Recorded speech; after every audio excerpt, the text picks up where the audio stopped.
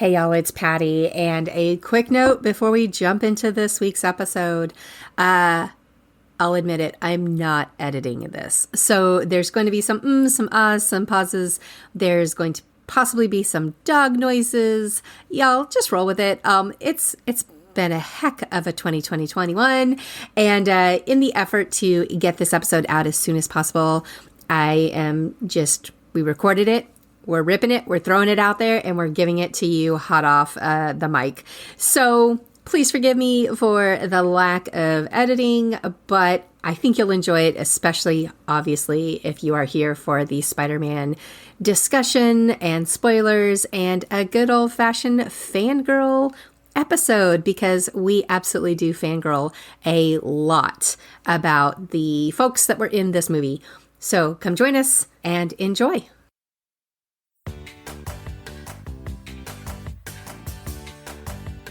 Welcome to the No Guilt Fangirls Podcast, where liking what you like is never a bad thing. Here's your host and head fangirl in charge, Patty Holiday. Hey y'all, I'm your host and head fangirl in charge, Patty Holiday. Welcome back to the No Guilt Fangirls Podcast. And I know it's been a while. We took a little hiatus. It was like not on purpose. It just kind of life happens, people. And so did the podcast. However, I've been wanting to revamp it and to bring back the podcast because there has been so much good stuff to fangirl and to talk about over the last couple of months. But I just hadn't been able to wrap my head around it and get to it until Spider-Man swung into my life, and then I knew it was a no-brainer. This just had to happen. If you are new around here, please stick around. We're going to be a little bit more active, we hope, in the new year. But as everyone knows, 2021 was possibly trashier than 2020. I don't know how that happened.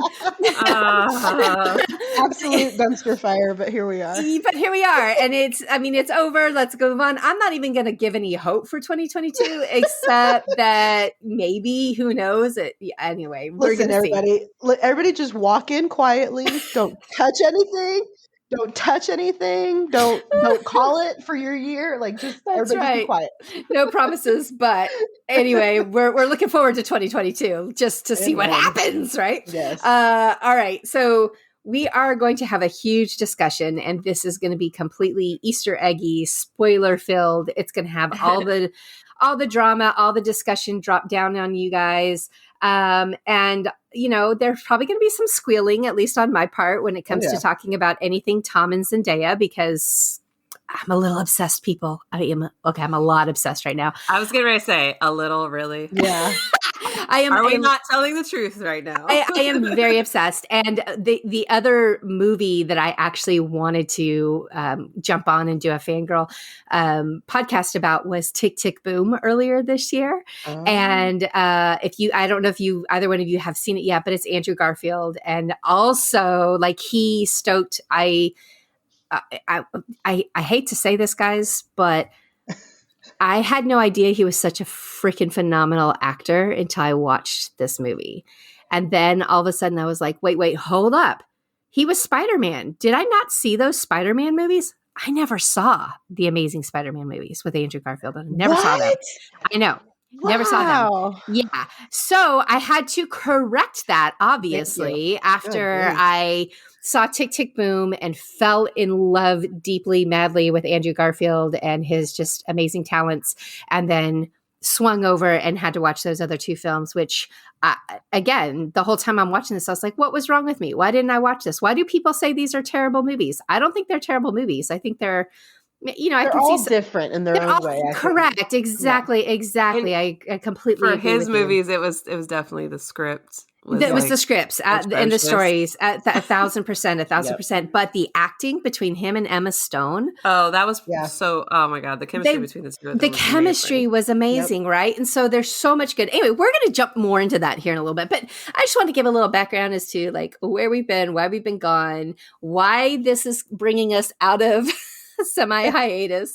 Retirement. And that's right. Have you seen the movie? That's what brought us out. Oh my gosh. That's true. All right. So you know me, I'm Patty Holiday. You can find me on all socials at No Guilt Life, usually talking about how amazing whatever movie or TV show that I'm obsessed with at the time. I just tweet a lot about them. Y'all just search the Tom Daya hashtag and you'll find Patty all over the internet.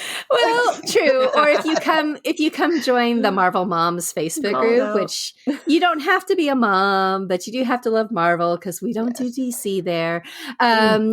You will also get my daily reminder on how amazing Tom Daya are because I can't help myself. All right. Totally. I mean, I am the middle-aged moms fan club president for these two right now. Say hi to Julia and Ashely, which if you've listened before, you are going to recognize their voices. They have been helping me out with all these discussions about, what did we talk about, guys? We talked about talking to Loki. And did we talk about Falcon and the Winter Soldier? And WandaVision? Did we do Falcon and the Winter Soldier? Did we skip that I don't think we skipped it, I think. I feel like I skipped. You and I did WandaVision, and Julia joined us for Loki. Okay, and I took it again, not because I didn't like Falcon and the Winter Soldier, just again timelines and breakups. I wasn't able to commit at that time, so that's why. And we haven't talked about Hawkeye, but we have discussed it, and we are thinking that we're going to try to, after we see the finale here, we're going to try to get together next week. I know it's tomorrow. We're going to try to get together next week maybe and talk about Hawkeye for y'all because there's a lot of fangirling to be had in this series. Like new Christmas favorite, right? We're going to have to watch this every year at Christmas. I mean, obviously. All right. Forever. Yelena. Oh, she's amazing. Julia, introduce yourself. Say hi to everybody. Tell us where people can find you if you want to do so. Yeah. Hey, friends. It's me, Julia. I am Queenie11078 on the socials, and I am quite possibly the world's largest Tom Hiddleston / Loki stan. Yep. But, I give love to the other Toms too, and Tom Holland being one of them. He is precious. So, excited to talk about Spider-Man with you guys. Thanks for coming back. Yeah. Ashely, who are you? Where are you? Where can we find you? Oh man, existential crisis. No, I'm just kidding. Hi, I'm Ashely. You can find me on my website with ashleyandco.com. I'm on Twitter at @AshleyAaron, always talking about geeky things. I write for CBR.com, and I also have my own podcast, Geek Girls Universe. And I don't know, am I the biggest Chris Evans stan? I feel like Patty might want to fight me for that. I don't know. Tanya might take you out on that one, Ash. I mean, I'd be willing to go toe to toe if I had to for him. I'm just saying. Love it. It's so funny. Everybody has their guy, right? And, full disclosure, mine has come and gone over the years. I absolutely love the one that I'm with at the time. But I first entered the Marvel fandom by way of Chris Hemsworth's biceps in Thor, and and I've stuck around, and then Chris Evans and Captain America. That character just really got to me, and I adore him personally as well as the character itself. So there's that. Tom Hiddleston. What a phenomenal human being. No. This is good. I mean, just the sound of his name. Partially, I blame you because you exposed me to so much Tom over the years that I'm Tom is amazing. Shaking my head going, I get it. I get the Tom love. And he is just. As you should. Yeah, absolutely amazing. And then my current obsession, as we mentioned, is Tom and Andrew. I'm digging both. And that's not to slight Toby. There's nothing wrong with Toby, y'all. I absolutely, Tobey Maguire was my Spider-Man because he was I am of the right age that when those movies first came out, that's what I rushed to the theaters to see was Tobey Maguire in these movies.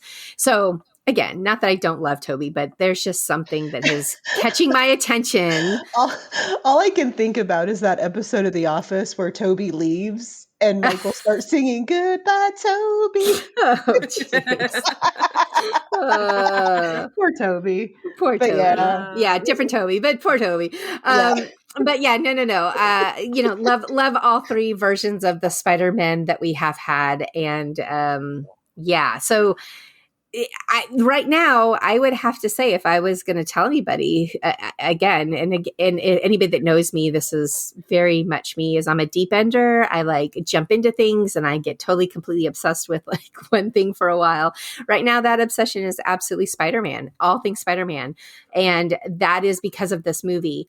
I decided to go back and do a Spider-Man movie marathon because I couldn't completely remember all the storylines or everything. And the rumors, okay, we're getting into the spoiler territory right now, just so everybody knows. I think you've already probably caught on to that, but I did say it early, but I just wanted to repeat again. But because of all these rumors of this movie that was coming out, I like to be in the know, of the jokes and the Easter eggs and the everything that's going on. And so I knew that to enjoy this movie to the best of my ability, I wanted to go and rewatch all these movies. So I went back and I started with the Tobey Maguire Spider-Man and, watched all three, and then moved on to the Andrew Garfield, where again, I was like, he's the most chaotic Spider-Man ever, and he's amazing, and I love him, and I'm so mad that it just wasn't, I think when those movies came out, I was, again, just at a different point in my life, and I just wasn't either paying attention to movies or paid attention to like rumblings that it wasn't as good, or he's not as good as Tobey Maguire, or, whatever drama was coming out at the time, and so I just wrote it off. I also think that Tom Holland has been such an incredible combination of Peter Parker and Spider-Man. Mm-hmm. I truly think he is the best of both. Yes. Whereas I think Andrew Garfield was probably a better, the best Spider-Man up until that point. And Tobey was probably the better Peter Parker, if that makes sense. Nope, makes sense. Yep. But Tom Holland is the whole enchilada, folks. Correct. He is the moment. I love him. Yes, completely. So that's how I got to this point, is I had totally submerged myself in this whole Spidey universe to prepare to see this movie on opening night. And definitely for my personality and for me, it paid off. Now, if you have watched the movie and you thought it was okay, but you didn't totally get into it, I just encourage you. At least I have a link, and I'll put it in the show notes for the 3 movies that you absolutely should watch before seeing this before seeing this one in the theaters. But I would encourage you to go back and watch them all, including Into the Spider-Verse, which is the Miles Morales version. That was love so that good. one. It's an excellent. Honestly, I sat and watched all of these movies, and the only bad one. And it was bad. It was bad. I can't help but say it, but it was bad. Is the Tobey Maguire, the third Tobey Maguire one, Spider-Man 3. Yeah. It is just not good. It is so much trash happening in this movie and weirdness. And I just was shaking my head going, what am I watching? I couldn't believe how awful it was.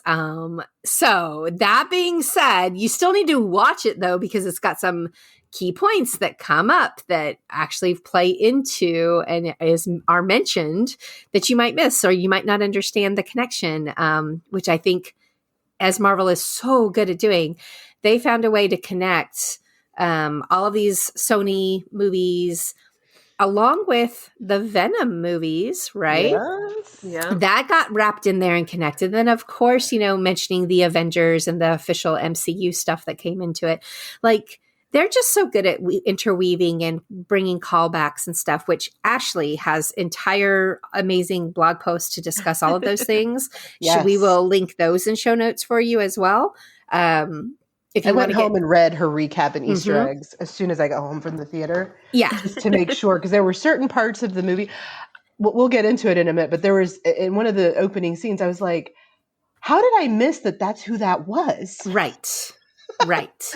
You know, When I Googled it, I was coming up with like, some of these big sites, and I was just like, and I would read them and I was like, okay, but it's not enough. It's not enough. And then I got to Ashley's and I was like, this is what I'm talking about. This is what I was looking for. I got This the meat and potatoes. Yep. Absolutely. Like you just, you pulled out all of the really good stuff. So, and it was stuff that somebody like me who, I obviously consider myself a big MCU fan, but I am not nearly as nerdy, geeky, on the comic book level or anything like that as most when it comes to that thought process. But a lot of these I caught as a fleeting, that's probably somebody, but I'm not sure who it is. I'll read Ashley's post later and she'll tell me, you know what I mean? It was kind of one of those things like I knew there was a joke there, but I didn't know what it was. So I had to go back and read. I actually updated it because I've seen it 3 times now. And when I came home the 3rd time, I was like, oh yes. I had 4 more things to add to it. Oh, and my friend who was watching it prior to that was like, man, I kept going, I bet that's something. I bet that's something. I bet Ashley caught what that is. It's got to be something. They're showing it too long. There's numbers on the screen. They mean something. And I'm like, welcome to my world. Yes. I think that that's a very important blanket statement that we can make about this particular movie, about No Way Home, is that it is so packed full of stuff that when you get a chance to see it, I guarantee you one viewing is not going to be enough. Nope. Even if you are not like a major Spider-Man fan, I still feel like if you have any interest in any of, I'm waving my arms over here, the Marvel universe, if you have interest in any of that, you will need this to be a second, third watch through. I mean, I'm not saying like you have to go to the theater for 3 times. I'm just saying eventually when it comes out on streaming, this is going to be something you will sit and watch again and again, because there's so much that happened that is cool and important. But also what I loved about it is by saying there's so much, I never felt overwhelmed watching this movie, like in a bad way. I never felt like I couldn't catch up to things. I felt like the pacing was very well done, and kind of the explanation as to Act 1, this happens, Act 2, this happens, and then we get to Act 3. That one was it was Act 3 that I was like, I need to come back and just sit and watch this 3 times in a row. Like that was where I really did feel like I had to pay attention. But the first 2 I felt like were very well paced out. So it's a great movie. I'm assuming if you're listening to this, you probably have watched it. Maybe you have some questions as to who, what, where, when, why, or how this may affect, down the road. Or maybe you just want to fangirl out with the rest of us over how adorable Tom and Zendaya were, because we're going to talk about that, of course. And also talk about the fact that finally, since Endgame, I almost feel bad saying this, right? Because Shang-Chi was such a good movie, but it didn't give me the same emotional impact that No Way Home did. Like I felt during Spider-Man like I did during Endgame. And there was, an hour-long stretch where I just didn't stop crying because I was just so moved by everything that was happening. It was what we needed, I think. I think that was one of the coolest things about this movie, is that it absolutely was like the Endgame experience, in the sense that we laughed, we cheered, we cried, we cheered some more, we cried some more. It had all of those elements in it that, particularly right now where we are as a society, I think it really was exactly what we needed. Just like you said, I felt that way too. My son said it to me at the end because he had to sit next to me. It kind of worked out that way. And so at the end, he looked at me and he said, "Oh my God, I forgot how extra you are during these movies." Because I was, cheering and fist pumping and quietly crying into my bucket of popcorn. And then there were times where I wasn't quietly crying because people around me weren't quietly crying. So it was really funny. It's like, Well, this was an event, and I know that, we all have our own feelings about going to an event like this in the middle of a global pandemic, which a lot of people are like, I can't go, I can't see this because I'm not willing to risk it. I fully respect that. I totally get that. I have been going to the movies since they reopened, but I'm also very strategic about it. And I have like a specific seat where it kind of tucks me into the corner, and 9 times out of 10, nobody sits next to me. For this particular showing, I had bought 2 seats because I thought my husband was going to be able to go. He wasn't able to go, so I ended up having like a little buffer right around me. And so in my particular case, I felt good about going, even though it was the first completely packed theater that I had been back into. Just to side note on Shang-Chi, I actually saw that one, I think, a total of 5 times in the movie theater because I loved it. I really did too. And so, but I do agree with you, Julia, in the sense that it doesn't hit the same as a Spider-Man movie does. And I think that that's a fair comparison. I mean, I think if Simu Liu was here, he'd say the same thing, right? I don't think anybody. We haven't had as much time with Shang-Chi as we've had with Spider-Man. So, I mean, that's going to happen. We literally watched him grow up. Oh, you know what I mean? And he was a baby. Right, this teenager that like was so wanted to impress Mr. Stark, to saving half the universe, and, then being a man and realizing the cost of what it actually means to be Spider-Man. Like, just all of it. Watching that all. Oh my God, I'm getting chills thinking about it. I know. You're gonna make me cry. Okay. So that's just kind of how we got to this point. This is why we're talking about it. Julia, did you do any rewatching, or did you just remember, or did you have time for any of that? I didn't have time, and I for the most part remembered. I do feel like I need to go back and watch Tobey Maguire's Spider-Man. But yeah, and actually, I didn't get to watch it on Thursday night, which is rare for me. Like, that never happens. I always go watch Marvel movies on Thursdays, but when they open, it just worked out where I had to go on Saturday. So I avoided the internet like the plague. Like a boss. Oh my gosh. Because, I had heard all the rumors during filming, and there were so many things in the movie that I was like, yeah, okay, so that really was the world's worst kept secret. But holy cow, when the reveals happened, it was no less like wonderful. But yeah, I do think I need to go back and watch Tobey's. And you're right, I do need to go back and watch it again. I want to, but I don't know that anybody's going to want to go with me. So I'll go with you. We'll go. Ashley and I'll be down there. Yeah, we'll come down. Okay. We'll I'll just fly up there. Okay, yeah, it's actually easier. You just come up here. Your sister's up here. You can come see us. Yeah. All right, that works. Ashley, obviously, you've seen it 3 times, so you're clearly all in on this.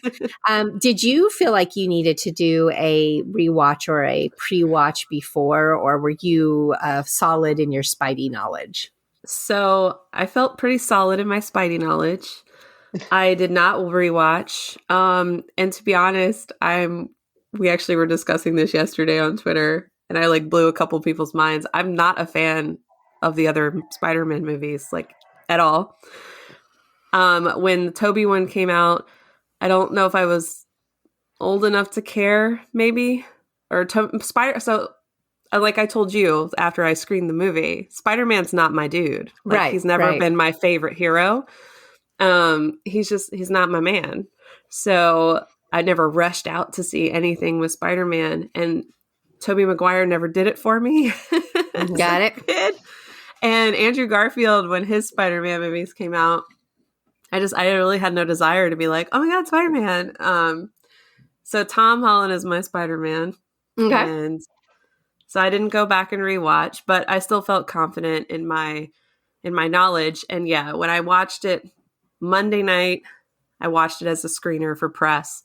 And the press group, there was definitely some nerds in the group because we were the ones reacting the most. Julia's talking about being extra. Girl, come watch a movie with me when it's like a Marvel movie.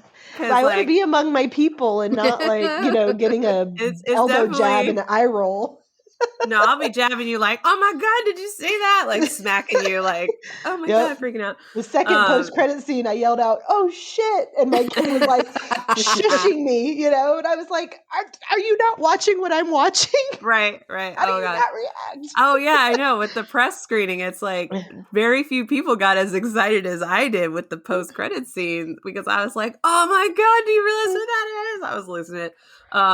But no, I went Thursday night and like those were definitely my people because they were losing their minds at every point in time. I knew they would.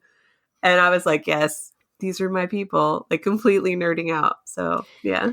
Yeah, it was funny. I went to the movie theater a little bit early on Thursday night. And there's a restaurant attached to our movie theater. So I popped in there and there was everybody was sitting at the bar getting ready to go see the movie. So I sidled up to the bar, had a drink and started chatting with these two fans. And it was cool because one of them was a total comic book nerd. The other one was just like, I love Spider-Man. Like, I just love Spider-Man. And then there was, and so like, we just all had our different, but it was kind of cool because like pre-gaming and, we talked a little bit about how excited we were for the movie. And then I go into my movie and truly, the people that I was in this theater with did not react as much as I thought they would. They reacted, but not as much as I thought they would.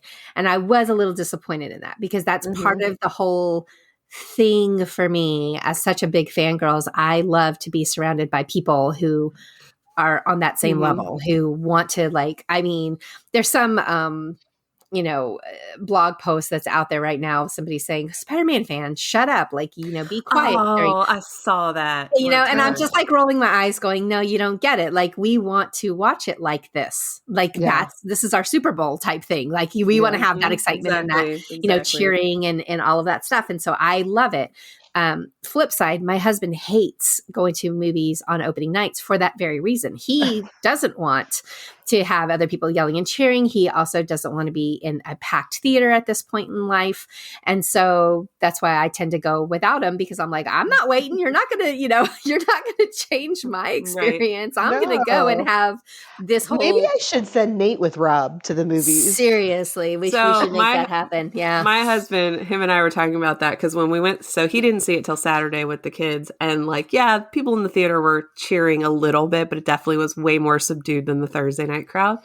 And he was fine with that because I was telling him how you couldn't hear the dialogue on Thursday. Some of it. People were just like, oh my God, like screaming. And so, he's the same way. He's like, I don't really like all that. But my husband also doesn't get super excited about like really anything. So He's kind of chill. So chill. So I saw it Thursday night, opening night. I thought it was a packed house, but I thought it was going to be like, end game levels of craziness. And it wasn't bad. It just wasn't that much. I had tickets to go see it again Friday morning and it was the first matinee. And I did not have high hopes for it to be like a wild and crazy crowd because in my experience, that Friday morning matinee folks are very chill. Like I saw Endgame the Friday morning after it had opened and that whole theater was silent the entire time. Yes. I mean, I'm over here crying, weeping, cheering in my own little corner, and everybody else was just like, nobody was reacting. I was like, do you guys not see what you're getting? Anyway, so I usually, but in this case, I was like, I'm going to see it Thursday night. I will have gotten that experience, and then I will go see it again Friday, and I will just be able to enjoy it for what it is for myself, and we'll see what happens.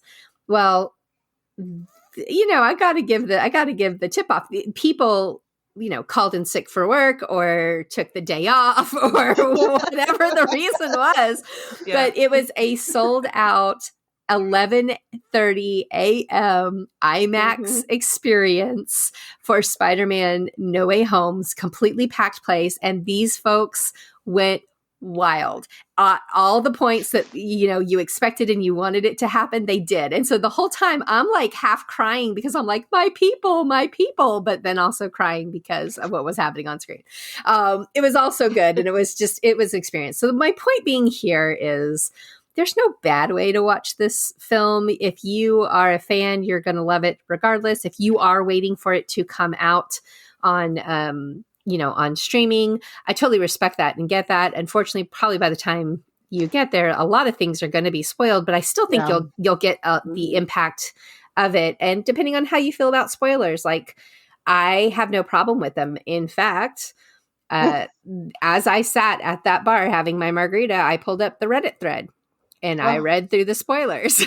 and I wanted to know who to expect or what was happening. And I will tell you one thing, that also knowing a confirmation beforehand, which I did get again from Reddit, because Reddit spoils everything. So that's like Reddit and Twitter are the two, but I would say Reddit and Twitter. I would say Reddit for sure. Stay off of it if you don't want anything to get leaked out ahead of time. But thanks to Reddit, I knew for sure that Matt Murdock showed up.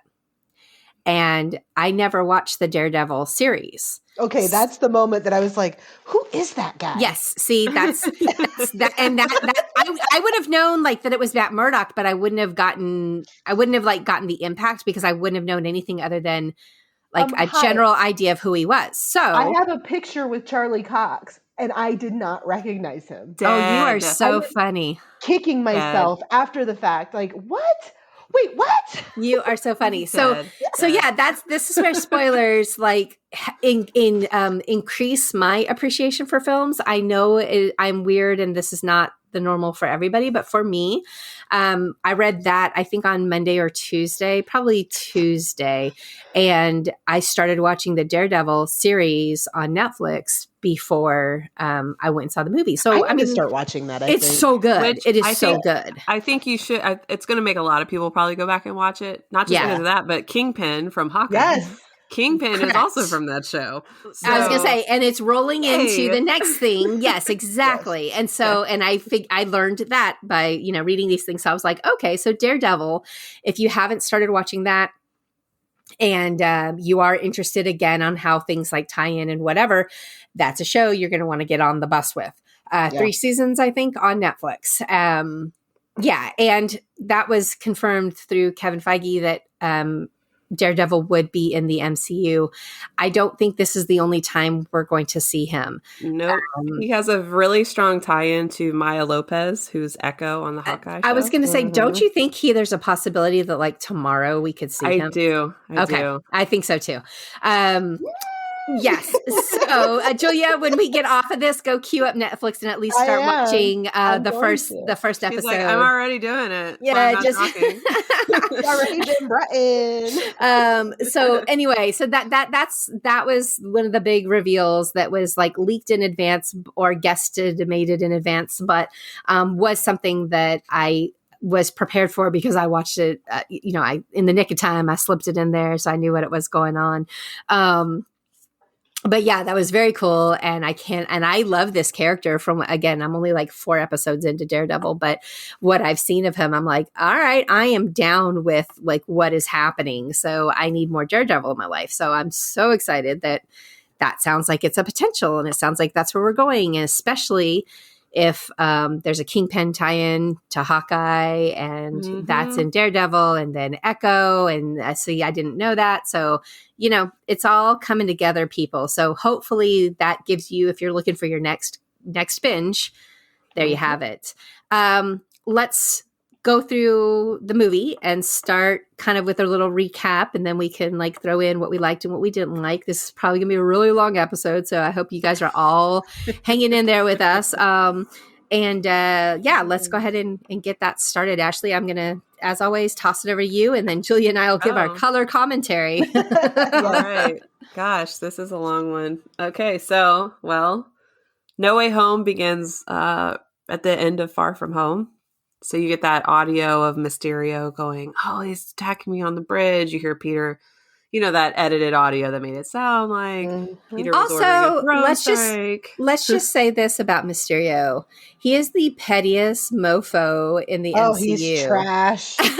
I know I love that word a lot, but he really is. Taylor told you he was trash. She sure did. She gave us the heads up on things. I just have to laugh because I was like, he didn't do this for any point but to ruin Peter Parker's life. Like, exactly. And he literally did. He has changed the whole course of all these people's lives by this one act because he's a petty mofo, and I'm glad he died on that bridge. Okay. Next. So yes, it starts there. We get Peter and Zendaya. Peter and MJ are swinging through the city. They are now being mobbed and questions, and it's like in real time as literally what just happened from the end of Far From Home. And I thought some of the sweetest moments was when, they finally get back to Peter's apartment and all of that's happening with Happy and happening with Aunt May, and like Aunt May walks in on him and thinks like something's going on. And then she like totally, as a mom would do, she's like, oh, wait a minute. Hi, you're MJ. Like she turns back around and like goes back in and introduces herself, which was so sweet and so cute. Just total mom. Yeah, that whole moment of like, he's trying to get them not to look at the television. Or not look at outside and not look at their phones, and the television's like, I'm Peter Parker. It's Spider-Man. Oh, awkward. So the DODC, they are the Department of Damage Control. They first showed up in Spider-Man Homecoming. That's who Vulture kind of like interacted with before he got like real salty, right? The government came in. It's a joint venture with Stark, at least in the beginning. Anyway, so the agent that arrests him is Officer P. Cleary. So he's clearly a nod to the comics of Albert Cleary, who's one of the finance guys of Damage Control, but he's one of the named guys of Damage Control in the comics. So that was one of the things that you could tell who the super nerds were in the audience, because they were like, oh, Cleary. I was like, yep, there we go. There's my people. That's funny. Tony's glasses with Edith are among the things taken. Peter's like, but Nick Fury. And he's like, nah, bro, Nick Fury hasn't been off on planet for over a year. Because we know that, as we know, Talos was posing as Fury. And unfortunately, we didn't get any Skrulls that we know of. Skrull action or Fury action in this movie. I was a little sad. Right. I kind of wanted Talos to show up, but he didn't. And then here we got Lose Your Mind Part 1, when Daredevil himself, Matt Murdock, with Charlie Cox reprising the role, is sitting in May's apartment. And when he catches that brick, and Peter's like, my God, how did you do that? And he just says, I'm a really good lawyer. Oh my God, yes. I lost it. It was great. Yep. That was such a great moment. I cannot wait to see more of him. And yes, I feel like we'll see him tomorrow in the Hawkeye finale. For Iron Man fans, the dummy robot was in Happy's apartment. That's that little thing that was like waving the arm, going, wee. Hey. Yes. The teachers make their little small cameo when we go back to the school. That was so funny. Yeah, he was like, he's a conspiracy theorist. I was like, oh my God. If he says something about like the flat earth, I'm going to die, but he didn't. It was pretty great. Yes, exactly. Mysterio was right, and so Peter's whole entire life is flipped upside down, and he goes to school, and he's getting it there too. And what I thought was so, I don't know, like on the nose here is that yes, every single kid in that hallway like had their phone out, videotaping him as he walked by, and I was just like, yeah, that's what would happen. That's exactly what would happen. Yep. Yeah. Yeah, that was interesting. Because going back, Matt Murdock's character, he's like, yeah, you're acquitted because there's no evidence, or the evidence doesn't support the claim. However, there's the court of public opinion. He also tells Happy that Happy's going to need a lawyer. And hello, we're getting a She-Hulk series, and She-Hulk is also a lawyer. So I'm just like, ew, little breadcrumbs. So because clearly Matt Murdock's not going to be representing him, because he wouldn't have said, you need to get a lawyer. He would have said, I'll be your lawyer. So I'm all like, ooh, tie-in. Love it. Yeah. So the co-creator of Spider-Man and Doctor Strange is Steve Ditko, and his name is seen twice in the movie in graffiti. So that was another nice little nod. The Lego Death Star gets destroyed again. I personally wonder how many times they've tried to rebuild that thing. That's a lot of pieces. It's so sad, but I think that comes with when you're a Legos person. If you're not gluing them down, like that's just what's going to happen. But we get a one little nod to Liz Toombs, who was Peter's love interest in the first movie. She's on the cover of the People magazine that can be seen when he's near the Sanctum Sanctorium.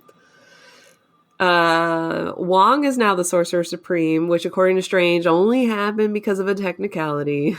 So now we know confirmation Wong was not dusted in the blip. He, in fact, survived.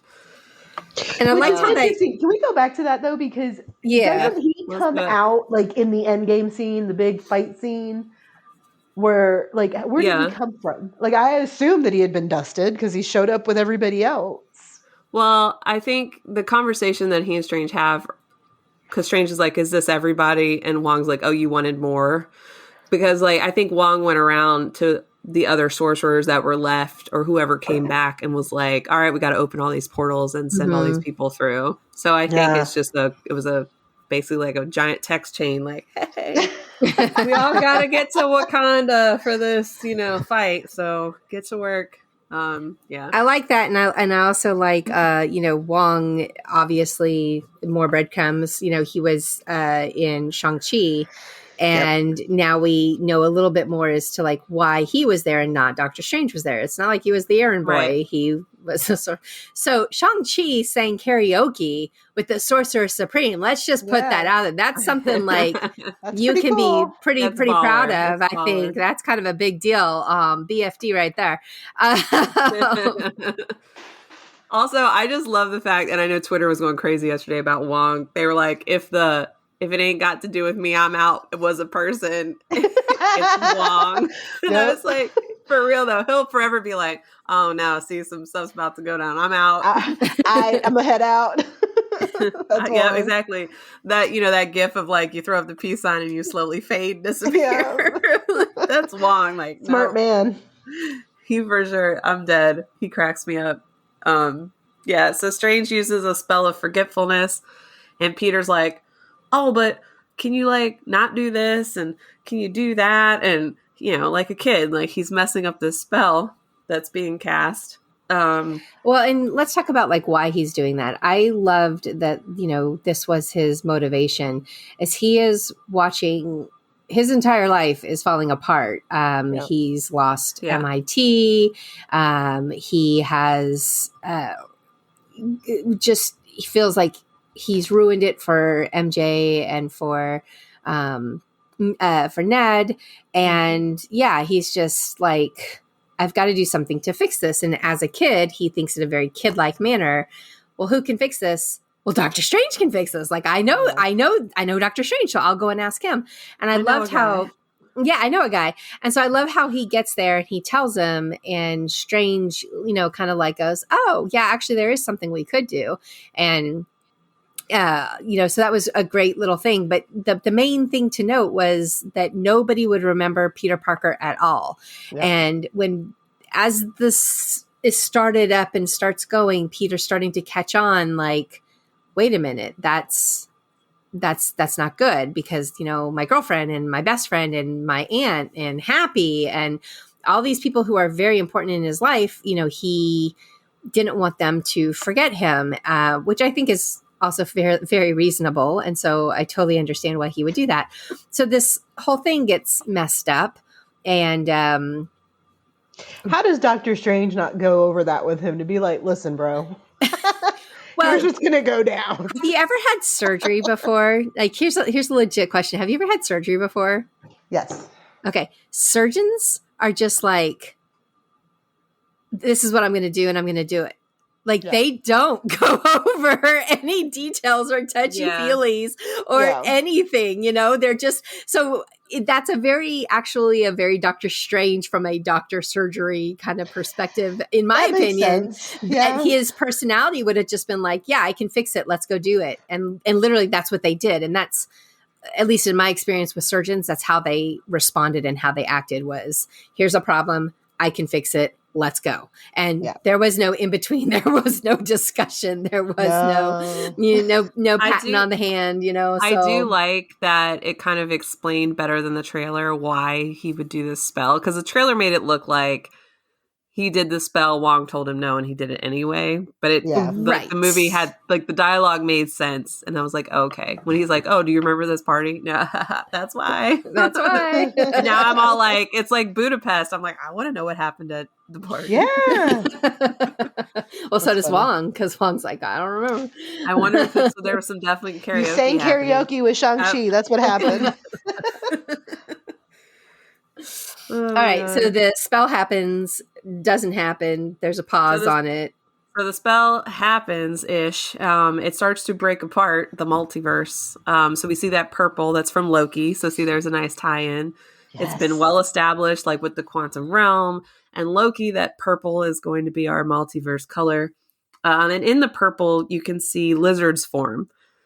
So for people that were like, what is that thing? Like, that's a Spider-Man villain. It's Lizard. And he's played by Rhys Ifans, who is also playing Rasputin in The King's Man. That's also out this week. I'm going to see that tonight. So yeah. So yeah, we see Lizard. And I'm like, oh, there's Lizard. There he is. So Peter, you're talking about how Peter wanted to fix it, and that's very true to a kid, but he didn't do the other step, of like calling MIT.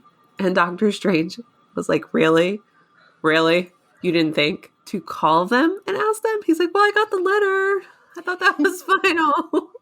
And I'm like, and that was also believable, because I guarantee you, if I had the power to like cast spells, my kids would not do the simple thing of calling MIT. They would come to me and be like, can you cast something to fix this? I have a Peter Parker in my house. Okay, so I have a senior in high school. Well, he's graduated, but I mean, I have a high school 19-year-old mentality time frame kind of guy that I live with, and I absolutely have had discussions like this where he's like, I don't know what I'm going to do. I'm going to run, and I'm like, have you called anybody? What?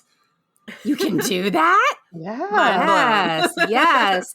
I'm like, I know in your head you have it built up like that they're just going to be mean, or they're going to say no, or the answer is da-da-da, or it's just like not done.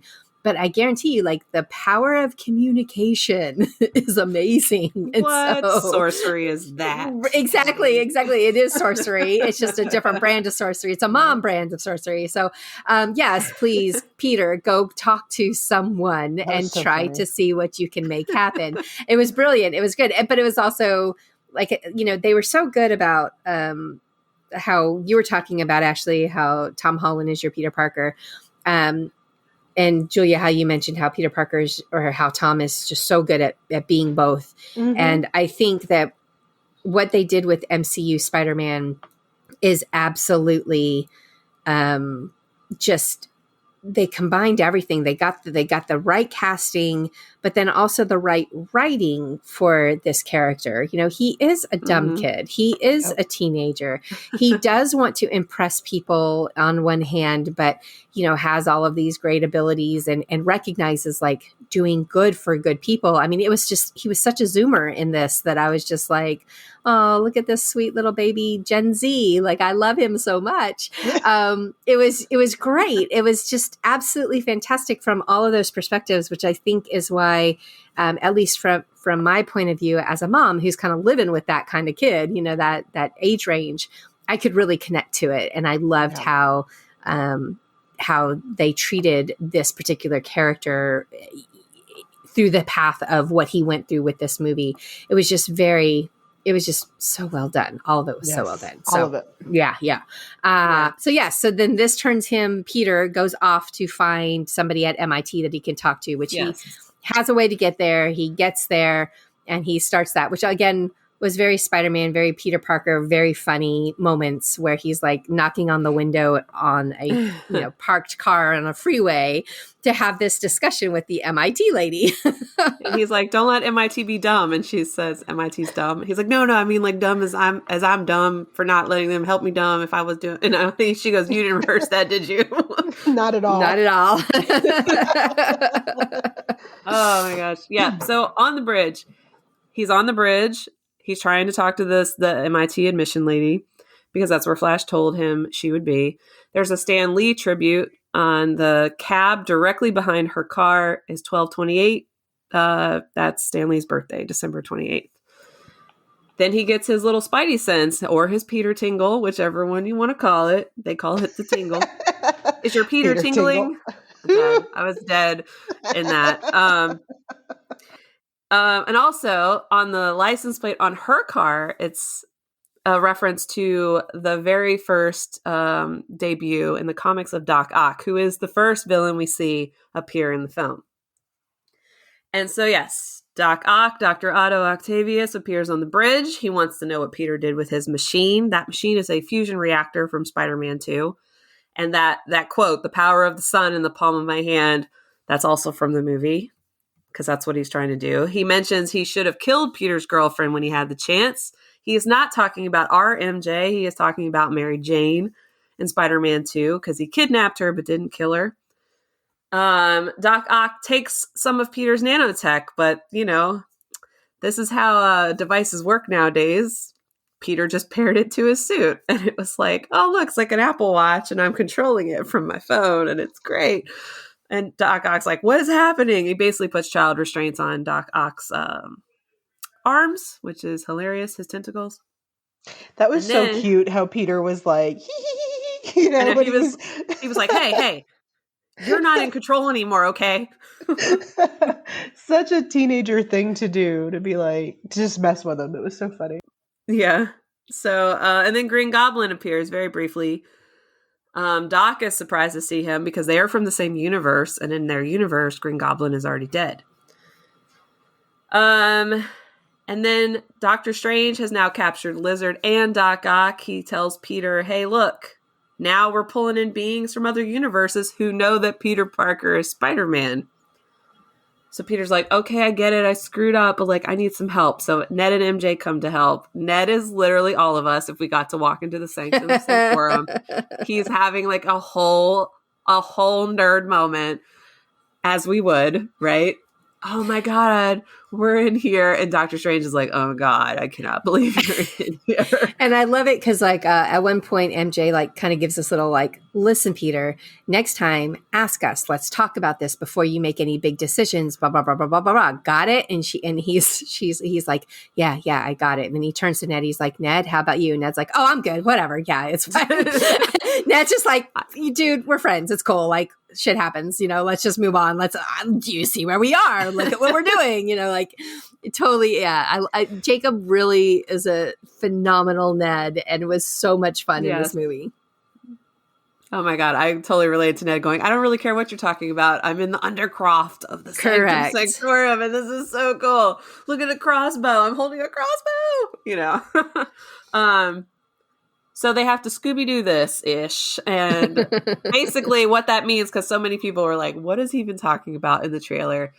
What he's talking about is basically like, get on your laptops, get on your phones, like Scooby, like, Velma always does, and figure this out. Find your bad guys. So they figure out that there's been some sort of disturbance out in this military area, out in the field. Peter swings out to find Green Goblin and instead encounters Sandman and Electro. Before Electro takes like complete shape, he's blue, which the original version of Electro in the movie was blue. Sandman helps Peter fight, which is nice because in fact he was I think he was the only one redeemed in the movies by the end without dying. So that was nice. However, he doesn't really trust this Peter because, hey, this Peter's not his Peter, right? So it's like, wait, what am I doing? Yeah, he calls him different Peter. Okay, different Peter. Yeah. So he sends them back to the Sanctum because Doctor Strange has given him special webbing that will basically one zap sends them to the holding cell. Lizard makes a comment about how Electro looks different in this world because now he doesn't look like a blue, weird-looking thing, which was a joke because everybody hated the way he looked in the movies. So they fixed it. All right, let's take a pause and talk about these villains. All right. Because I think that was one of my annoyances with the original Spider-Man is that they were still trying to straddle, I think, the line a lot with very comic booky type feelings versus what we get with Tom Holland's Spider-Man. I feel like it's not as not as like straight comic book. Does that make sense? Like, I don't know how I'm explaining that, but these villains, I didn't connect that much to, or didn't love, or didn't hate. I just they were the villains, right? Like the lizard thing, whatever. Like that whole lizard thing just didn't do anything for me. Electro, I wanted to get into that one because I like Jamie Foxx as an actor a whole lot, but I think they kind of did him dirty in that. For sure.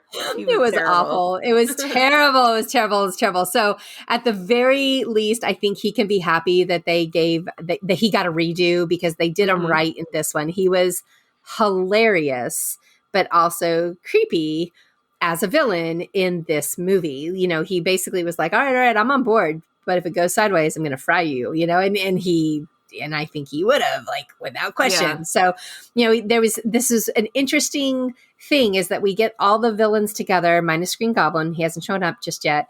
They get them all together and they kind of tell them what they're trying to do or what they want to do. And Sandman's like, cool. Let's do this. But he's also wary still. But the others are just like, well, you can try, but it ain't going to fix it. We're bad guys, you're not going to fix us. And it was just, I just really liked and appreciated this version of all of the villains more so than I did in the previous ones. And obviously I had just watched all the other movies, so I could definitely compare, between them. But they were all so much better. I thought Doc Ock was amazing in this one. Yeah. He really he took you up and down and all over the place, but he was really great here. And then Willem Dafoe. Oh my gosh. The goat. We stand. Hello. So wow. Good. I mean, and I'm so glad that in this one, he didn't wear the mask very often because we actually got to see crazy eyes and his expressions, and a master class in villainy right there. 100%. 100%. It was so great. It was so great. And again, because I was able to kind of compare with what I had seen before, in the original Tobey Maguire version, he was okay, but it just, I don't know. It just didn't ever quite hit me in the right way. This one, just as actors, as they were able to develop these characters. And I'm sure he sat on it for 20 years and he was just like, what can I do? Or how can we make this different or whatever? But you change a lot, obviously, in 20 years. And you could just see that growth in all of their characterizations. Every single one of them, I felt like gave very strong performances compared to what they had done in the previous ones. So again, if you do sit down and you decided to watch the other movies ahead of time, or you go back and watch them, you'll probably see what I'm talking about. I just feel like the versions of all of these guys that we're getting now are absolutely the best villain versions that we've gotten by far. And it was all amazing. I mean, so good. They've all benefited from CGI, like the new CGI. Oh, absolutely. Absolutely. They all got upgrades. They all had those makeovers like Electro, but Electro for sure. He was the one that desperately needed it. Yes. How you like that new? Yes. Mm-hmm. We like it. We're living for it. Yep. So they get in there and they come up with a plan, and I laugh because they put MJ in charge of the box.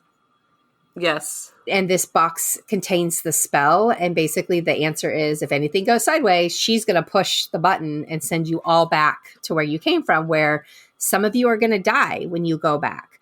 So we're trying to right before that is keep when, that from happening. Yes. So right before that is when he encounters Norman Osborn. So Norman Osborn is Green Goblin. We see Green Goblin. We see Norman kind of take control of himself because Green Goblin's almost like split personality like thing going on. He breaks the helmet, which we just said was a great choice because Willem Dafoe didn't need that helmet to be terrifying. In fact, I would say he was probably more terrifying without it. He ends up at Feast, which is Aunt May's charity. Peter races through. That's a shot that we saw in the trailer. He's running through trying to save her. But it's Norman that he sees, not Green Goblin. May convinces him to help all of them, right? Don't just send them home. Help them. They each realize that they were pulled from their universe at the very moment where they're fighting Spider-Man. And they're about to die, right? Everybody dies, like I said, except Sandman. So Strange has now locked this unruly spell inside of a magical artifact, the box. And he's like, all I gotta do is push this button and we can send everybody home. However, Peter takes it because he doesn't want these guys to go home to die.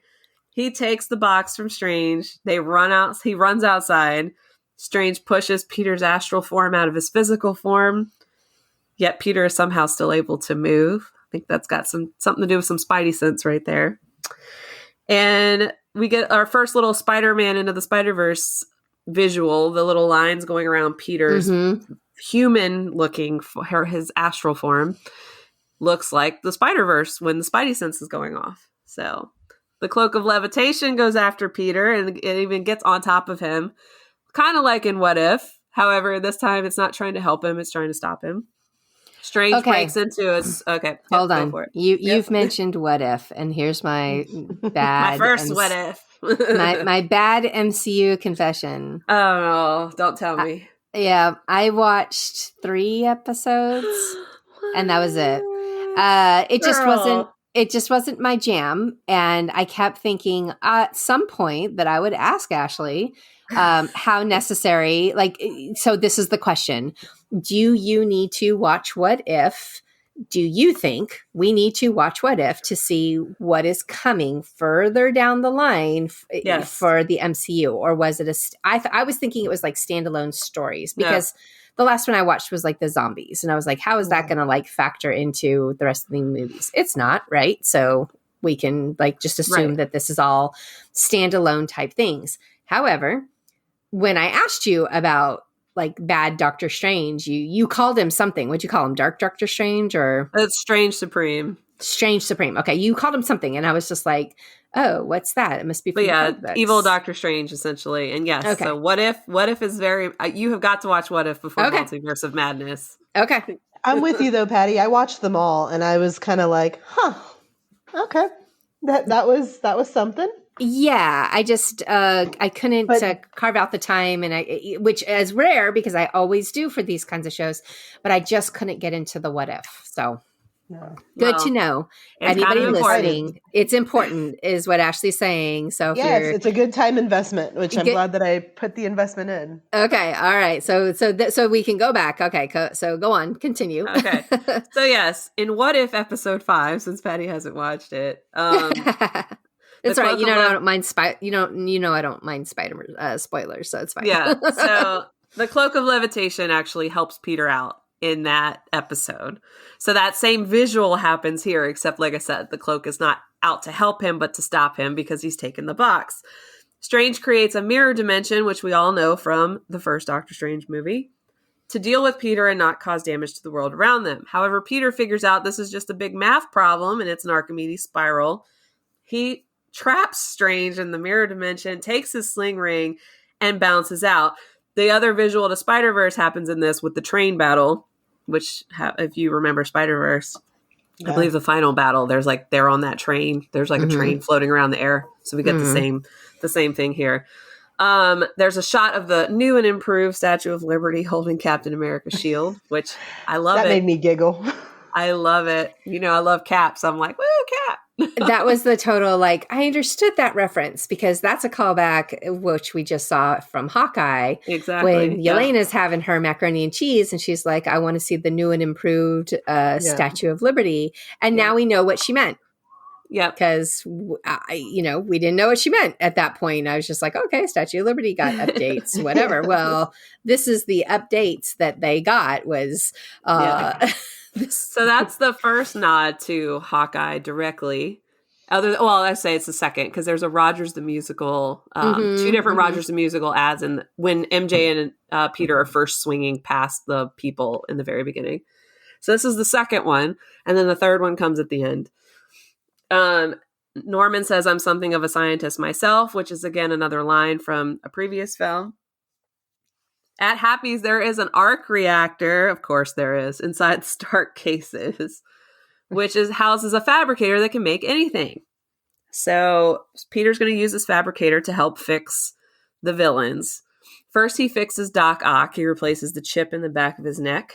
But then his Spidey sense goes off. Green Goblin is back in control. Electro takes the arc reactor. Green Goblin does his signature cackle. Okay, we got to talk about this scene. Okay. That scene where his Spidey sense goes off and he figures it out in a split second is so good. This is a scene that if you've only seen this movie once, or maybe you've only seen it twice, clue in on it and really focus in on what's happening the next time you see it. Because again, all the acting, all the Spidey sense, all the tingle, all of it is happening and is really cool to see go down. That was one thing that I noticed from the original Spider-Man with Tobey Maguire, the very first one. It was very much which this is also part of the jokes throughout this movie. But in that one, his Spider-Man kind of was created differently, and they did play in a lot more with spider tingle and stuff like that than I felt like Andrew Garfield's got. And then Tom's has shown up here and there, but just not as prominently, I think, as in the very first Spider-Man that they did. So it was cool to see that come back and to be a very strong moment that was happening right there, because this was the turning point of the film. Yeah. So this is the scene also where May dies because Green Goblin is now back in control of Norman. It's an amazing fight sequence between Peter and Norman's Goblin. I mean, holy crap, Willem Dafoe, which I know he didn't do all of them, but he did a lot of his own stunts because that was his stipulation for coming back. And I was like, all hail the GOAT, because wow.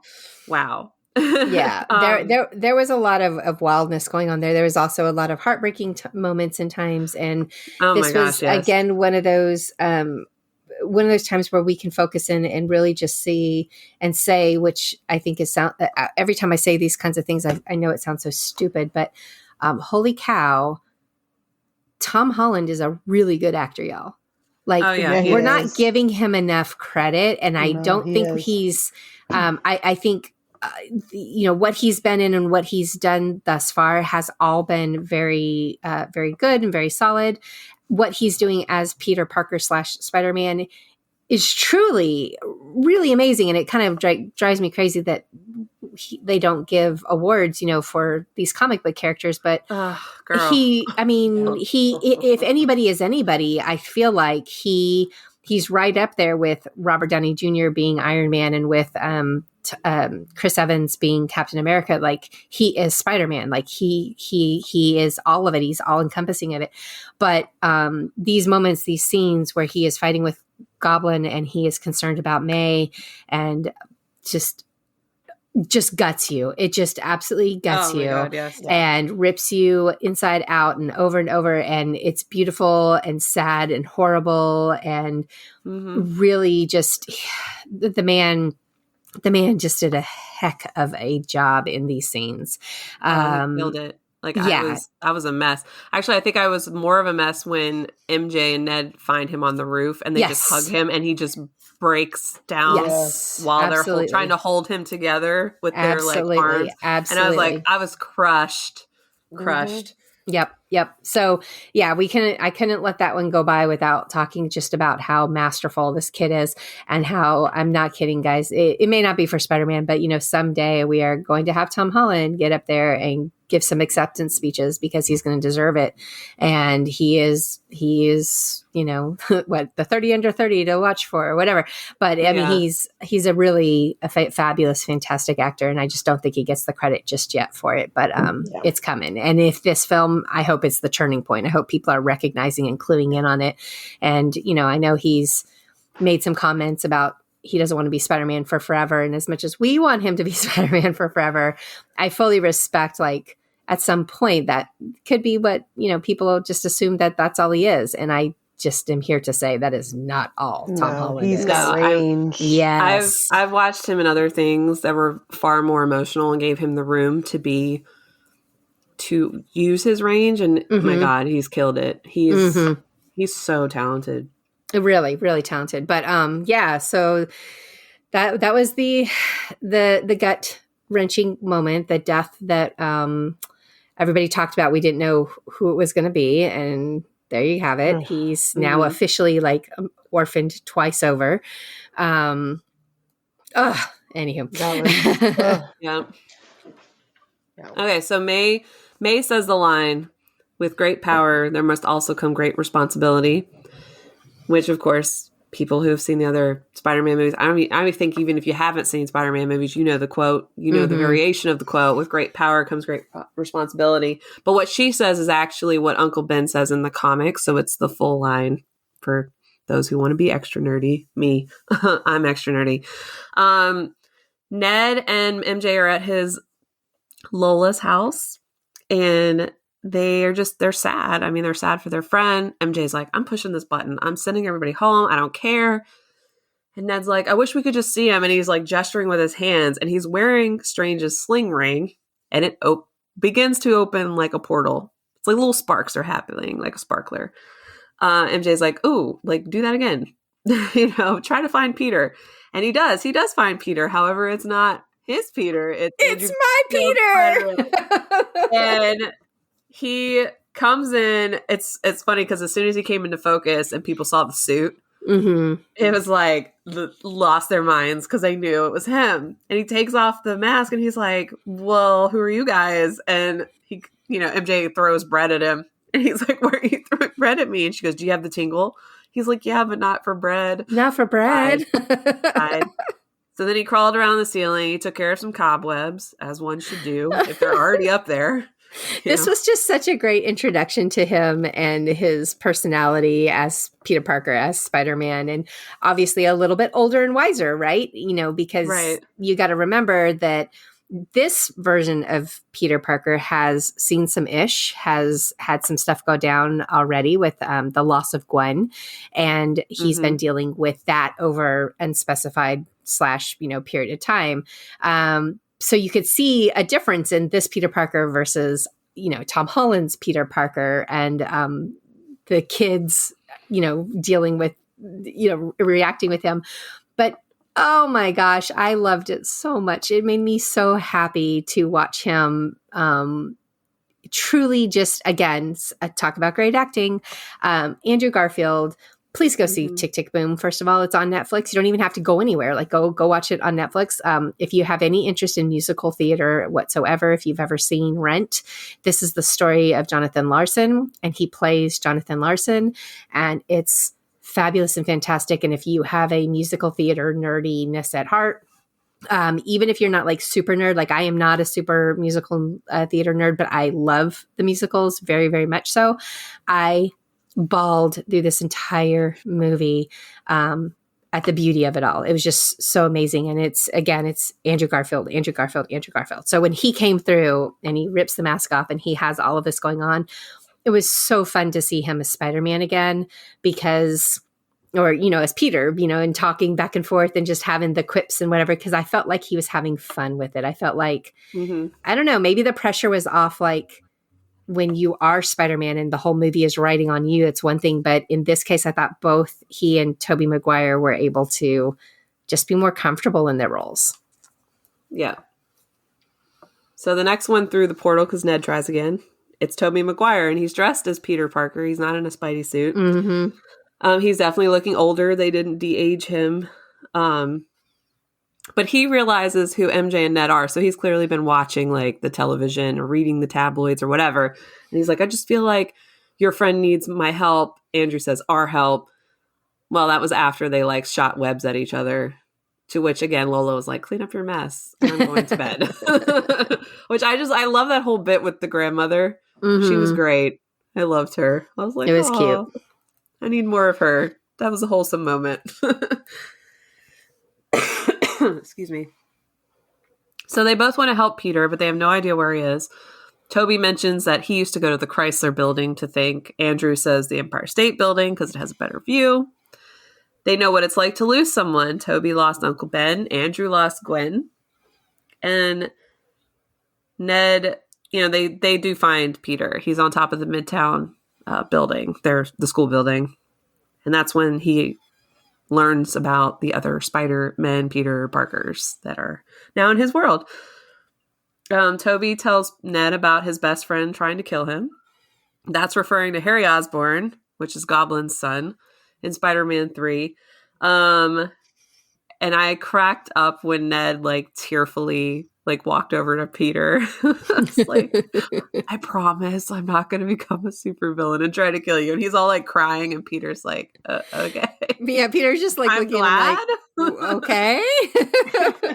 Right, like, okay, cool. I mean, yeah.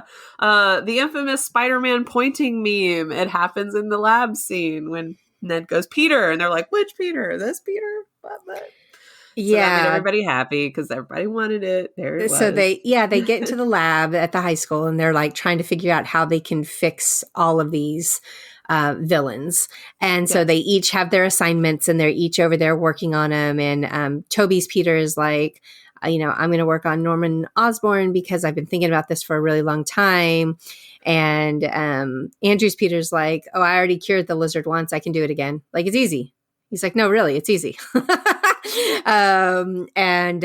So they're all working on their own assignments, to try to get things straightened back out.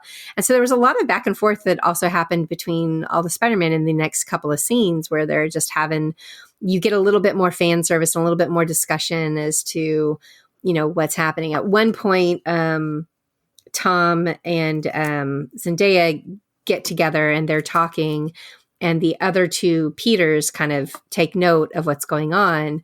And I liked this because we got a little bit of closure. We found out, obviously, Andrew Garfield lost his MJ, and he had mentioned that before, and he talks about that, and he hasn't gotten over it, and he's still dealing with all of that. But Toby, he's like, what about you? And he was like, yeah, it was hard. And Andrew's like, yeah, I guess guys like us just aren't meant to, have that happen for them. And Toby's like, oh no, it took a while, but we got there, which made me happy because then we now know, like in my head, they're married with 2 kids, and she's at home waiting for him. Yeah, dude. Yeah, no, there's a whole backstory like this going on here. I saw somebody on Twitter like say something like, I love how they just casually mentioned how Tobey Maguire's Peter and his MJ are actually on their second divorce and third kid, third oops baby or something like that. I was like, no, they had a happily ever after. She's just home with the kids while he's in this other multiverse trying to figure things out. But anyway, so we got a little bit of projection there for the fans. Again, this whole movie was a lot of fan service, and I find absolutely nothing wrong with that if it's done in a good way. And I felt like this movie was done in the best way possible. Yeah, I agree. There's one of the discussions they have is about how Toby's Spider-Man has natural webbing that just kind of shoots out of his body, whereas the other two have to make web fluid. That was an awkward, hilarious conversation. Does it come out anywhere else? I was like, oh my God, of course you're going to ask that as a teenage boy. And I love that it was Tom that asked that. And Andrew's face the whole time is like, what is that? Like they were both like, dude. Yes, it was great. It was great. It was so funny. There's another bit where Andrew's Spider-Man cracks Toby's back, and that's a nod to the widely shared rumor that Tobey Maguire had back issues during production of Spider-Man 2. Yep. So that was another funny moment. We heard the various different Spider-Man themes throughout the movie.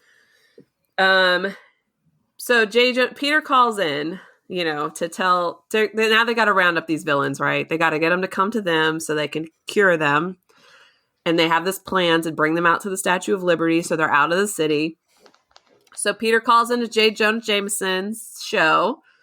And what made me laugh at this was J. Jonah Jameson was like, does he hate national monuments? Because Peter, in the first one, he's in DC. And the second one, he's, in Europe. And that just proves to you that Jameson has been around the whole time.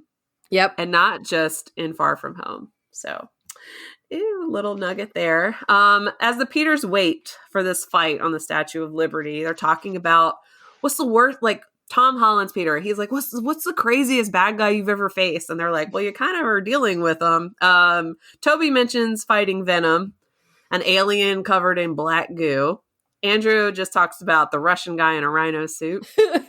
And that was Peter's so like, funny. The lamest one. Yeah, for real. Which is what made this whole conversation hilarious, because Peter's like, oh yeah, I fought an alien too, but like here and in space. And they're like, whoa, what, space? Like you went to space? And Andrew's like, I want to go to space. He's like, I want to fight an alien, which of course now we're all like, okay, Amazing Spider-Man 3 needs to happen.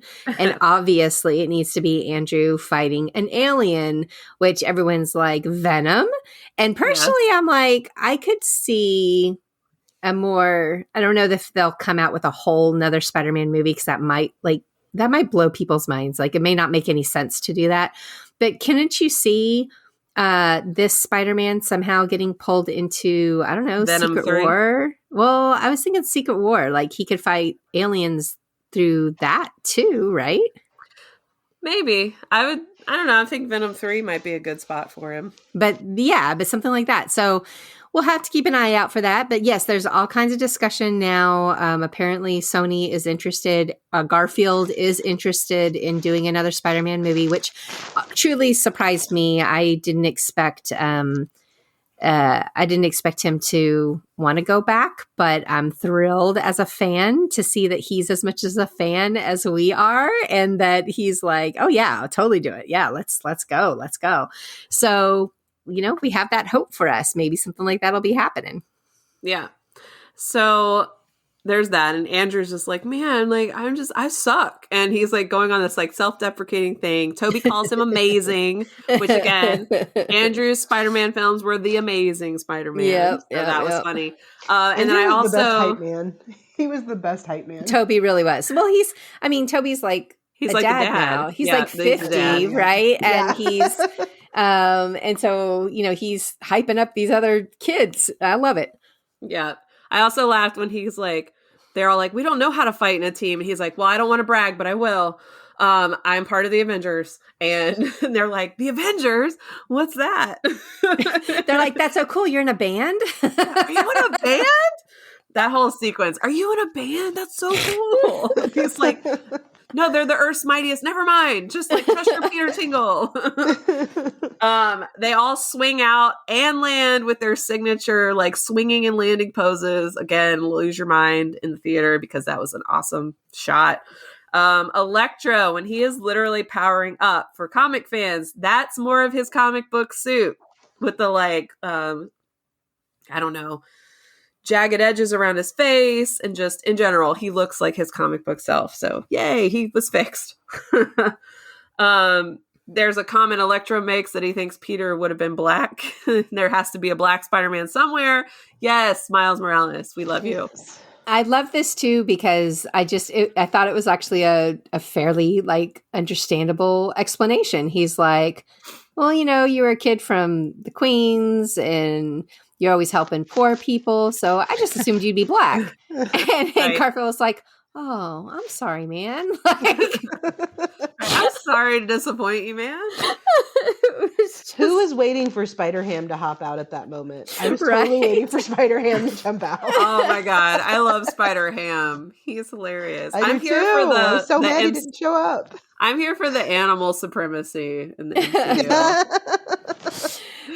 So yeah, no, that was definitely a good fun scene when they had that discussion. Those were some great moments. MJ falls, right? We saw this in the trailer. She falls off of the building, off of the Statue of Liberty. Peter can't save her because Goblin takes him out. And of course, we're all like, no! But Andrew's Spider-Man saves MJ the way he couldn't save Gwen. And this is the point where I actually wanted to cry too, because his face when he does that and they land, and he's like, are you okay? And she goes, are you okay? Because he's like crying. I was like, oh man, Andrew came for all the haters in that scene of like, he sucked as Spider-Man. I'm like, there's his moment of like, no, I don't suck. You suck. Yeah, no. Andrew, again, a fabulous actor, fabulous moment. This was everything that I wanted it to be. Yes. And especially if you do go back and you do watch where Gwen dies, it's awful because there was no way, like she was going to die one way or the other, right? But he definitely took some guilt for the way it appears that she dies, that he takes some guilt with him for that. So when he immediately like goes after to save MJ, I was like, redemption, and also save Zendaya at all costs. You have to save her because I can't live in a world without Zendaya. All right, I know that was a little much. I just love her so much right now. Really, people, again, another like incredible 20-something amazing actress. I mean, she is so good at everything she does. So multi-talented, just amazing. And in this movie, again, when you guys go back and do a rewatch on it, I'm not exaggerating. Zone in on her reactions, her looks, her moments, her communication with Peter. Like she's everything, and she just had a masterful performance in this as well. And again, I know that these are not the types of movies that ultimately get recognized and called out for awards, but they are award-worthy performances because both of these, and I have to throw Andrew in there too. I thought his performance was amazing, as well as Willem Dafoe's, which we've already talked about. But I mean, I think that there are some absolute phenomenal things going on in this movie that is more than just a comic book. So all you people hating that cinema is dead, or that, you know, we can't have nice things because all we get is comic book movies or whatever, you are cutting your nose off to spite your own face because you are not paying attention to some of the brilliance that is happening in some of these movies. Amen. This one, I'm telling you, girl. I have been so angry. Like, when on Twitter, when people are like whining that West Side Story or Nightmare Alley, two very well received critically, movies, are not pulling in the box office numbers, and they're all stressing out that means, all we're going to get from here on out are going to be, comic book movies, and that sucks. And I'm like, no, it doesn't suck. You just gotta, I saw those other movies and I enjoyed them, but there's no way would I have gone back to see them again. No way would I even recommend during a pandemic to tell people to go out and see these movies. Like, don't rush to the theater to see them. That's not what these movies are about. And you can wait for those. And I think that's the thing, is a lot of people are just like, that's a movie I can wait to see at home, and I will. But Spider-Man, I can't. Like, it's just a different beast. It's a different level. Right. But again, when it comes down to it, like, what is happening in these movies is really good, and give all of them some credit for just the amazing work that happened in this film, and not just, it was a cool story and we got a bunch of cool fan service. Like, these actors really brought it. Like, they weren't dialing it in just because it's a comic book movie. So there you go. There's I'm getting off my soapbox. There's her hot take. That's right. I love it. No, I'm here for it. Ned is trying to get the box away from the scene. He opens a portal, Strange walks through, and he's pissed. I mean, as you would, right? He was pissed. But he's like, no, like, look, it's working. Peter's plan's working. And I'll just remind Dr. Strange that Loki fell for 30 minutes. Okay, so when he said I've been dangling over the Grand Canyon, I thought of Loki going, I've been falling for 30 minutes. Suck it up, Buttercup. Listen, Doctor Strange does not have the hair flip, okay? So it just did not have the same impact. I felt for him, but it did not. But yes, That's right. immediately thought of Loki. Absolutely. Yeah, definitely. So Strange takes the box. Green Goblin shows up. Unfortunately, Green Goblin blows up the magical artifact, which also like makes this unruly spell like free. The Cloak of Levitation saves Ned. So thank you, Mr. Cloak, sir. As Ned said to the cloak. I love that the cloak has its own personality. Like it's a person, it's a character. I always find that hilarious. Also, Strange didn't seem weirded out that Ned was able to use the sling ring. He was mildly curious, and I'm all like, Ned's gonna be training at the wizard school. Okay. Love that. Yeah, which, I mean, in the comics, Doctor Strange does have a school, and Wanda's one of the teachers. I'm just going to put it out there and say that. All right. Well, jumping ahead to the ending of this movie, which a lot of people are saying, oh my gosh, that's the end of Ned and MJ, meaning that it seems like their characters may have wrapped up and we may not see them again. But I am comforted by this moment where... by two things. One, the moment where Ned, basically tells Doctor Strange, like, yeah, I did that. And Doctor Strange was like, huh. Like, that made me kind of hope that we're going to see Ned farther down in some way, shape, or form. Yes. He is going to be a wizard, and I cannot wait to see that happen. So, yes, I'm all here for this. Would that be something, Ashely? Multiverse of Madness, maybe? Well, no, I'm thinking more... the unannounced, but we all know it's coming, Young Avengers. Yeah. Would this fit with that at all? It could. I mean, because I think they're going to change stuff around anyway. Yeah. Of course they will. Yeah. Based on ages of certain actors once the Young Avengers finally come around. Mm-hmm. So, no, I could totally see that. So that made me happy. And then the other thing that made me happy was when MJ, when they're having the discussion and Spider-Man's like, look, I have to do this. And he's like, but I'll come and find you. And she's like, okay, well, that's fine. Cause even if you don't, then I'll figure it out. And I'm like, yes, she will. Like, I have hope. Like I have hope that, if her schedule allows it, like we will see more Zendaya in the future, in these movies. But at the same time, I'm like, she's Zendaya. Like, I mean, I have a feeling there's so many good things coming her way and so many big things coming her way. We may not have that opportunity to like fit her in, but I'm hopeful that her and her husband, Tom, will be on screen together. Love it. Yeah, I said it. Her husband. Make it happen. I like it. Yep, let's do it.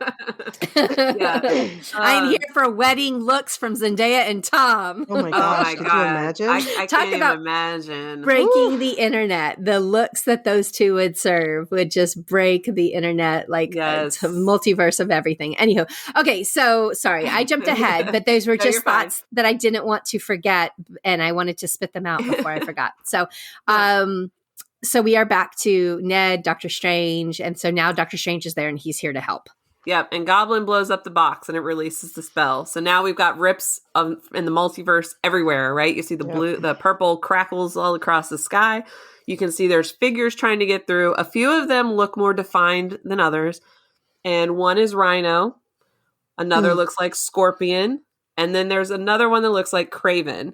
And so out of these three, Kraven has been rumored to be coming eventually.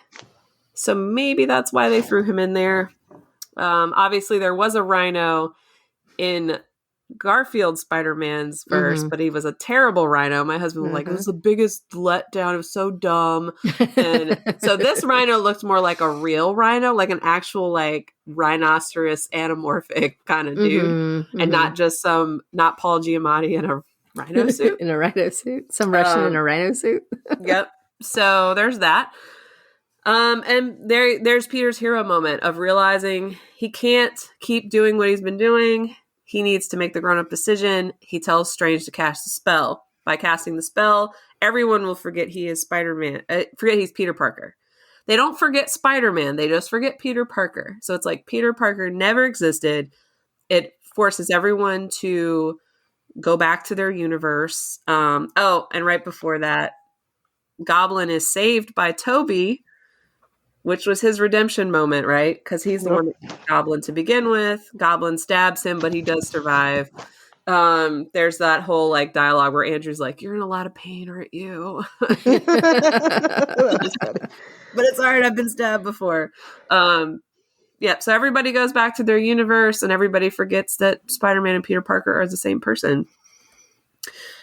Peter now moves on to his own apartment, his own terrible apartment. There's a line about the rents. It's not the same person, but everybody, it's not the same guy, like, but LOL.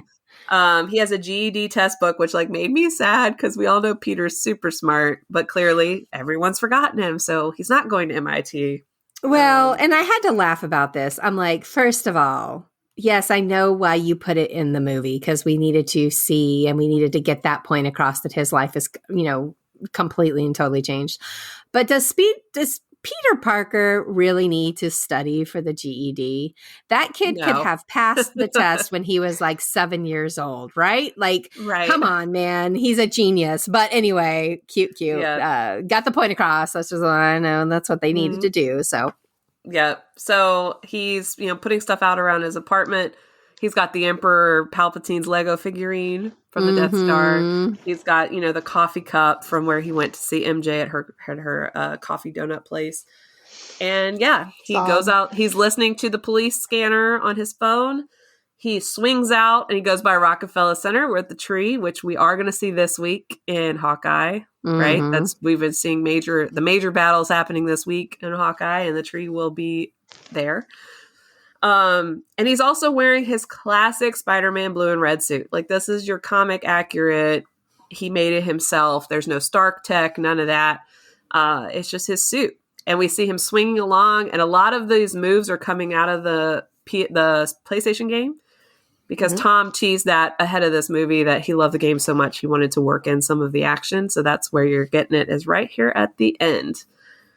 And bam, it's done. And then we're getting a mid-credit scene where we see our other favorite anti-hero. Oh, wait, we need to go back, though. We didn't talk about the scene where Peter has decided he's going to introduce himself to MJ and Ned. He knows where MJ's working, and he goes down to see her, and he walks in and he starts having a conversation, and he's kind of interrupted a few times. And then Ned comes in and he sees Ned and MJ together, and they appear. I think just what happens, right, is like he sees they're settled, they're happy, they're talking about MIT. They're where they should be as far as those points are to be made. And he makes the choice not to introduce himself, not to tell him who he is. Right. And it's heartbreaking. I know, because he cries. Like, he's got a tear in his eye when he sees that she's got a Band-Aid on her forehead from the fight at the Statue of Liberty. I know, it was crushing. I was like, oh, no. So that he makes this choice to walk away from his old life, and, how hard that had to be for him, because he doesn't have anybody anymore. He doesn't have Ben. He doesn't have May. He doesn't have Doctor Strange. He doesn't have Stark. He doesn't have Happy. And he literally has nobody. He's completely on his baby own. And he's 17, 18 years old. He's not even a high school graduate, right? And so he's just got to figure this out. It was just a really our baby's all grown up, right? He's still a little boy, but not anymore. Now he's finally taken that. I think that was a very adult choice to make. I don't agree with it. I think he can still have his friends. I'm just saying, I hope he goes back on this and he runs back in there and goes, "Hi guys, it's me." Yeah, right. I hope that somehow, come on, we're in the multiverse of madness. Things obviously didn't go back to zero. So they should be able to know. Yeah, there's that information. Like I said, I have hope. I have hope that we will see the two of them, coming back into Peter's life at some point. And then they have announced that there will be more Spider-Man with Tom Holland in it. So we do know that this was not his last one. It may be Ned and MJ's, but it's not Tom's last one. So at least we know we're going to have some more of that. But I'm hopeful, like I said before, that there's some little nuggets that they dropped in there that could still make a good turning point, and that in 2 or 3 years we're talking about that spoiler of when MJ comes back into Spider-Man's life, or whatever. So I'm hopeful it'll happen. Okay, so back to end credit scenes. Go for it. All right, so mid-credit we get Venom. So if you haven't seen Venom Let There Be Carnage, then this is Venom Let There Be Carnage's post-credit scene, essentially, because we see that Venom and Eddie wake up in this place and they don't know where they are or what time they are, right? This guy walks into their hotel room. They thought it was their hotel room. It's his hotel room. And they're like, who are you? Well, who are you? So we see Eddie. Venom is inside of him, not out to be seen, sitting at a bar in Mexico. The bartender is played by everyone's fave, Cristo Fernandez, a.k.a. Mucho Danny Mucho Rojas. Joy. Suck his life. Football is life. From Ted Lasso. So if you were like, that guy looks familiar, that's why. Yep. Ted Lasso fans, I love that show. Anyways, tangent. Eddie is trying to wrap his head around. And again, the perfect example of something that I was completely obsessed with this year and did not do a single fangirl episode on it. And I will tell you this, when it came to Ted Lasso, it was almost like I was protecting it. I was like, I don't want to talk about it. I love it so much. Like it's too precious to talk about right now. So, oh my God, I love that show so much. I really do too. But yes, that's something I could absolutely do a fangirl episode on here in the future. Now that a little bit of time has passed, that's an opening that I am willing to bring back up if there's any interest in that. So yes, Ted Lasso, favorite. Love it. Roy Kent for life. Okay, so anyways. Eddie's trying to wrap his head around this universe. He mentions Iron Man, and when he gets to Hulk, Venom is mad. Eddie wouldn't let him use the name Lethal Protector because he's like, you said that was a bleep name. And he goes, because it is. However, it's hilarious because Lethal Protector is a name used by Venom in a comic book. LOL. Gotcha. They're talking about aliens, the purple aliens. So we know it's Thanos who likes stones. Eddie says aliens don't like stones. They like brains. They are drunk. Venom is like, let's go skinny dipping. Eddie's like, we do not want to go skinny dipping. And then just as he decides he's going to go to New York and talk to the Spider-Man himself, something happens. We know it's the ending where Strange has cast a spell. So he's sucked back into his own world, but a small piece of Venom, or the symbiote, is left behind on the counter. So that's interesting. Dun, dun, dun. Yeah. We can now and if have you haven't, symbiotes in the MCU. If you haven't watched the Venom movies, I had not seen them until Let There Be Carnage was coming out this fall, and so I did go and I watched the first one, and I watched this one. Venom is also seen in one of the Tobey Maguire. Sorry, but it's a different one. Yeah, in the Tobey Maguire Spider-Man 3, the one that I already said was trash. Well, Venom's in that Trash Panda experience. If you want to go take a look at that. So there is a Venom that happens there, and then Venom 1 and Venom 2 has now come out.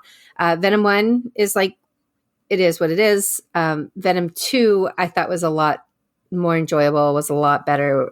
They had definitely did a better job with storytelling and getting somebody like me who is not a comic book person and therefore had absolutely zero interest in Venom or anything that this was about. That one, I enjoyed it. Like I was laughing along and enjoyed the action, and Tom Hardy is fantastic in this role. So if Venom has never been on your radar, Marvel is very clearly pointing us in that direction with Let There Be Carnage having an end scene that mentions Spider-Man, and then a second end scene here in the Spider-Man movie where there's actually part of we see the whole Venom situation going on in front of us, but we also get that little symbiote left on the counter. In other words, like, pay attention to these things if you're interested in that. So add that to your list of movies to watch. Go ahead and watch Venom 1 and Venom 2. Can you watch 2 without watching 1? You can, but I think it helps, and it makes a little bit more sense as to everything if you do watch the first one and then you watch the second one. Just know the second one's a lot better. So if you struggle getting through the first one, just make yourself get through it and then enjoy the second one. Hang in there. Hang in there. I would also say, though, that Venom is not Spider-Man as far as like if your kids are watching. Correct. Did you it's like write the Deadpool?